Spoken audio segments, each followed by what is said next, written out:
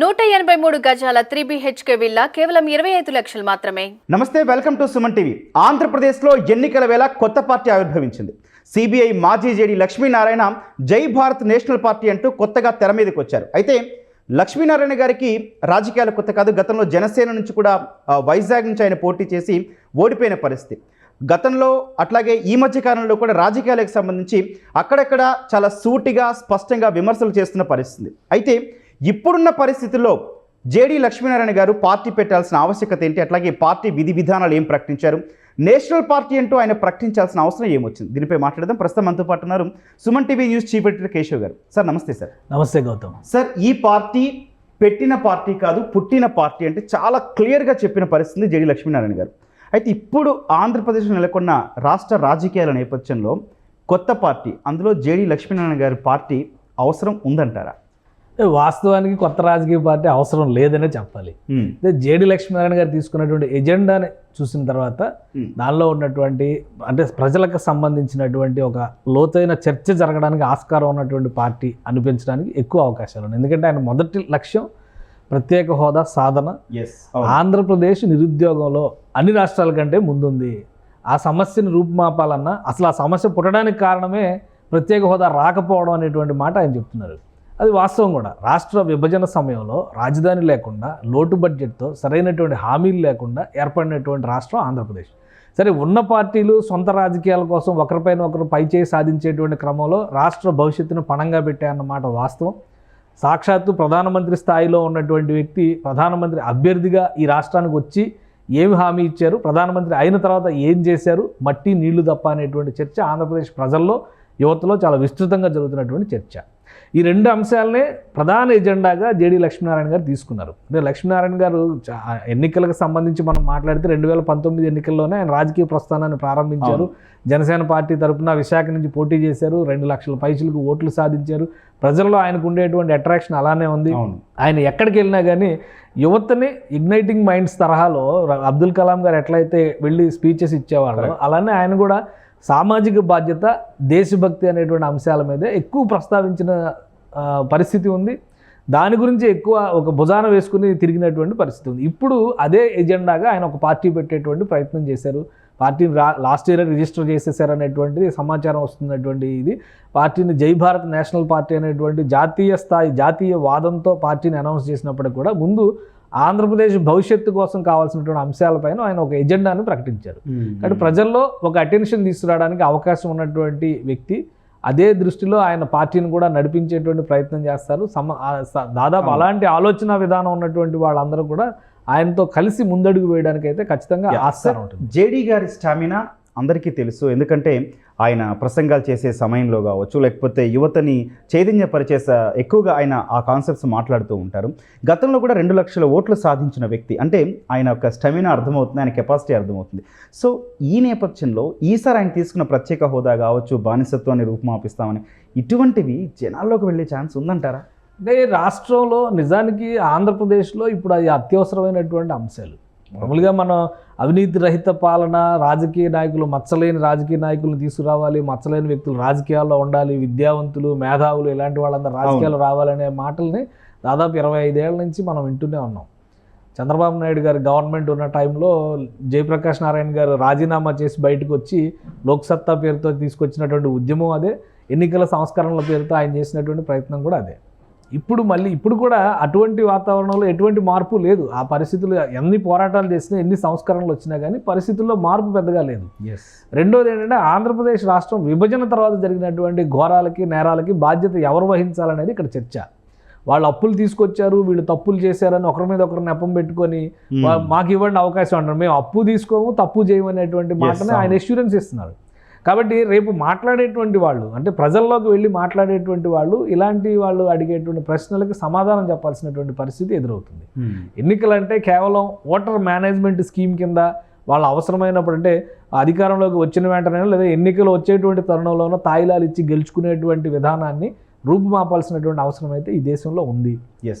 దానికి మొదటి అడుగుగా ఆంధ్రప్రదేశ్లో ఒక సంస్కరణ ఉద్యమంగా జేడీ లక్ష్మీనారాయణ తన పార్టీని అనౌన్స్ చేశారు. కాబట్టి ప్రజలు ముఖ్యంగా యువకులు విద్యావంతులు ఆయన వైపు ఎంతవరకు అట్రాక్ట్ అవుతారనేది చూడాలి. ఆయన ఖచ్చితంగా ఆయన ప్రసంగాలతో ఆ సమ్మోహన శక్తి అయితే ఉంది కాబట్టి ఎంత ఆకట్టుకుంటారు రాష్ట్ర వ్యాప్తంగా. ఇప్పుడు ఒక విశాఖ ఎంపీ సీట్లో పోటీ చేసి అక్కడ బలం నిరూపించుకోవడం వేరు, రాష్ట్ర వ్యాప్తంగా ఆయన ఏ విధంగా అడుగు వేయబోతున్నారు, ఆయనతో కలిసి వచ్చేటువంటి వాళ్ళు ఎవరు, ఎన్ని సీట్లకు ఆయన పోటీ చేయబోతున్నారు, ఇవన్నీ కూడా ఇంపార్టెంట్. ఇప్పుడు జేడీ లక్ష్మీనారాయణ గారు ఆయన ఒక సీటు గెలుచుకోవడం కోసం పార్టీ పెట్టాల, ఆయన పార్టీ పెట్టింది రాష్ట్ర ప్రయోజనాల కోసం పెట్టారు. కాబట్టి రాష్ట్రంలో ఉన్నటువంటి ఆలోచన పరులందరూ కూడా ఆయనతో నడిచేటువంటి అవకాశం ఉంటుంది ఆయన విధానాలకి. ఆ పాయింట్ మీదే మాట్లాడితే సార్, ఇప్పుడు ఒక వైఎస్ఆర్సీపీ అధినేత జగన్ని కావచ్చు, లేదా చంద్రబాబు గారిని కావచ్చు, లేకపోతే పవన్ కళ్యాణ్ గారిని కావచ్చు, వీళ్ళని ఎదుర్కోవడం జేడీ లక్ష్మీనారాయణ గారికి ఉన్న టాస్క్ ఏంటి, సవాల్ ఏంటి, ఛాలెంజ్ ఏంటి? అంటే లక్ష్య శుద్ధి ఉన్నప్పుడు ఖచ్చితంగా వాళ్ళని ఎదుర్కోవడం అనేది, ఎవరిని ఎదుర్కొంటాం అనేది పెద్ద ఇబ్బందికరమైనటువంటి అంశం కాదు. లక్ష్య శుద్ధి ఉన్నప్పుడు లక్ష్య శుద్ధి ఉన్నటువంటి నాయకుల వెంట ప్రజలు నడవడానికి అవకాశం ఉంటుంది. కాబట్టి అలాంటి ఒక పాత్ని జేడీ లక్ష్మీనారాయణ చూస్ చేసుకున్నారు. ఇప్పుడు ప్రజల చేతిలో ఉంది నిర్ణయం. ఆయన ఒక ఇప్పటివరకు ఏమన్నారు, ఆయన దోచేసాడు అని చెప్పని మేము ఈయన గెలిపించాం, ఈయన అంతకంటే వేధిస్తున్నాడు అనేటువంటి ప్రచారం చేస్తున్నారు. మీకు ఒక ఆల్టర్నేటివ్ కనిపిస్తుంది, ఆల్టర్నేటివ్ని మీరు అంగీకరిస్తారా లేదా అనేది ప్రజల ఇష్టం. అది దాని ఇప్పుడు పవన్ కళ్యాణ్ గారు మొన్నటి వరకు ఒక ఆల్టర్నేటివ్గా కనిపించారు. ఇప్పుడు టీడీపీ జనసేన కలిసి ముందుకు అడుగు వేస్తున్నారు అన్నప్పుడు ఆల్టర్నేటివ్ కనపట్టలేదు. అయితే ఇది లేదంటే అది అనేటువంటి వాతావరణం ఉంది. ఇంకోటి ఏంటంటే ఆంధ్రప్రదేశ్లో ఇప్పుడున్నటువంటి రాజకీయ పరిస్థితులను చూసి పార్టీలు కూడా పుట్టుకొస్తున్నాయి. ఇప్పుడు తెలుగు సేన అని చెప్పిన ఒక పార్టీ వచ్చింది, సినిమా నిర్మాత ఒక ఆయన సత్యారెడ్డి గారు అని ఆయన ఒక పార్టీ అనౌన్స్ చేశారు.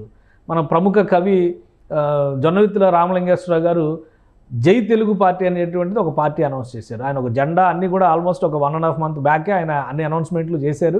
ఆయన కూడా జనంలోకి వెళ్తాం, ఎందుకంటే మాతృభాషని విధ్వంసం చేస్తున్నారు, తెలుగు సంస్కృతిని నాశనం చేస్తున్నారు, ఇవి రెండు నాశనం అయితే పూర్తిగా మన జీవన విధానం మారిపోద్దని ఆయన చెప్తున్నారు. కాబట్టి ఎవరు ప్రయత్నాలు వాళ్ళు చేస్తున్నారు. ఈ భిన్నమైనటువంటి స్రవంతుల్లో ఎవరి వెంట ప్రజలు నడుస్తారనేది ఇక్కడ ముఖ్యమైనది. మీరు అన్నట్టుగా జగన్మోహన్ రెడ్డి గారు, చంద్రబాబు నాయుడు గారు ఏంటంటే ఆల్రెడీ వాళ్ళు సీనియర్ పొలిటీషియన్స్.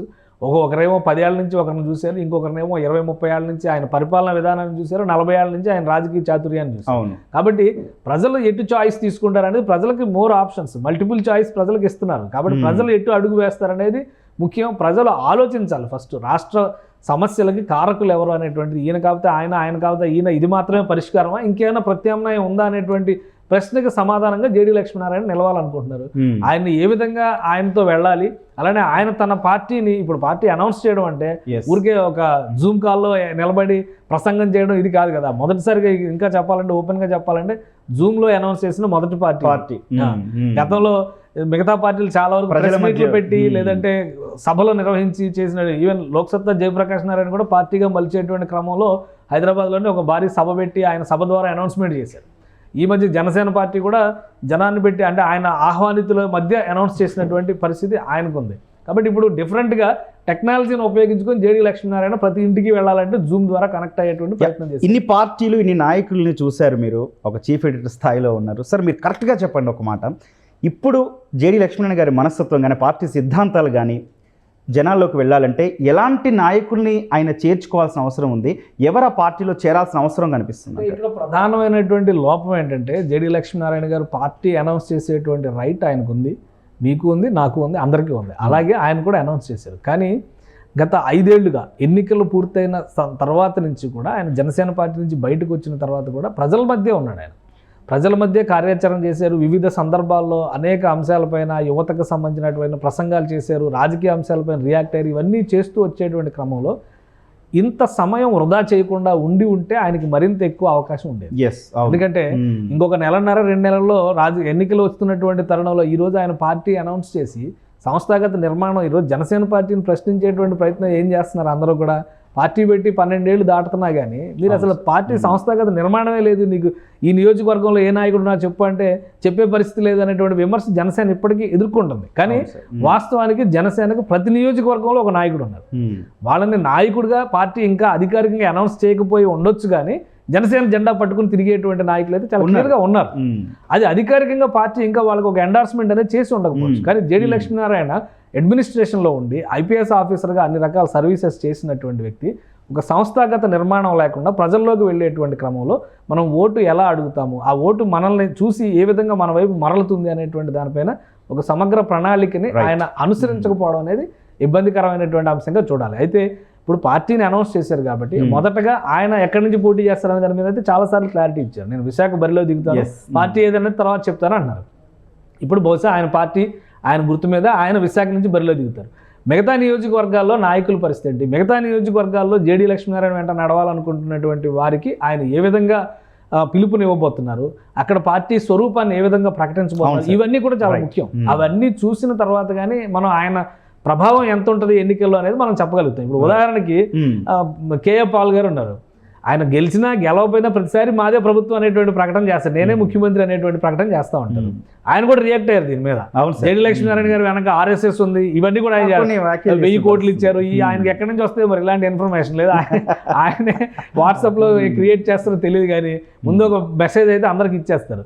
కాబట్టి అలాంటి వాళ్ళు దశాబ్దాలుగా ఆయన దాదాపు 10 ఏళ్ళుగా నడుపుతున్నాడు ఆయన కూడా పార్టీ. బట్ ప్రజల్లోకి వెళ్ళేటువంటి క్రమంలో సరైనటువంటి స్వరూపం నిర్మాణం లేకపోవడం అనేది వాళ్ళకి వస్తున్నటువంటి ఎదురవుతున్నటువంటి ఇబ్బంది. పూర్తి జనాకర్షణ కలిగినటువంటి పవన్ కళ్యాణ్ లాంటి నాయకుడు కూడా ఈరోజు సంస్థాగత నిర్మాణం లేకపోవడం వల్ల ఇబ్బంది పడుతున్నారు అనేది మనం ఎదురుగా కనిపిస్తున్నటువంటి సత్యం. కాబట్టి ఈ 2 అంశాలను విస్మరించి జేడీ లక్ష్మీనారాయణ గారు ఒక పార్టీ ప్రకటన చేశారు. ఈ నెల రోజుల సమయంలో ఆయన నిర్మాణాన్ని ఏ విధంగా చేయబోతారు, ఆ నిర్మాణానికి అనుగుణంగా ఎంతమంది కలిసి వస్తారు ఆయనతో. ఇప్పుడు పెద్ద పెద్ద నాయకులు అయితే ఇమ్మీడియట్గా పార్టీలో జాయిన్ అయ్యడానికి అవకాశాలు ఉండవు. పైగా ఆయన ప్రకటించినటువంటి ఎజెండా ప్రకారం చూడాలంటే స్వచ్ఛమైనటువంటి వాళ్ళనే పార్టీలోకి తీసుకోవాల్సినటువంటి పరిస్థితి ఉంటుంది. కాబట్టి దాని ప్రభావం ఎలా ఉంటుంది అనేది సమయం నిర్ణయించాలి, కానీ సమయం చాలా తక్కువ ఉంది. Right sir, thank you sir. Right, మొత్తంగా తప్పు చెయ్యం అప్పు చెయ్యం ఈ కాన్సెప్ట్తో రాజకీయాల్లో కొత్త పార్టీతో వచ్చారు జేడీ లక్ష్మీనారాయణ. అయితే రాజకీయాలకి అట్లాగే ఇప్పుడున్న ప్రజెంట్ సిచ్యువేషన్లో ఎన్నికలకి చాలా తక్కువ సమయం ఉన్న నేపథ్యంలో పార్టీ సంస్థాగత నిర్మాణం కావచ్చు, విధి విధానాలు కానీ ప్రజల్లోకి ఎట్లా తీసుకెళ్తారనే దానిపై కొంచెం సవాల్ అయితే కనిపిస్తుంది. కానీ జేడీ లక్ష్మీనారాయణ మీద ప్రజల్లో ఉన్న అపారమైన నమ్మకం కావచ్చు, లేకపోతే గతంలో ఆయన పోటీ చేసినప్పుడు ఆయనకు వచ్చిన ఓట్ల శాతం చూస్తే కనుక ఖచ్చితంగా ఈ ఎన్నికల్లో ఆయన ప్రభావం స్పష్టంగా కనిపించే అవకాశం అయితే కనిపిస్తుంది. Thank you.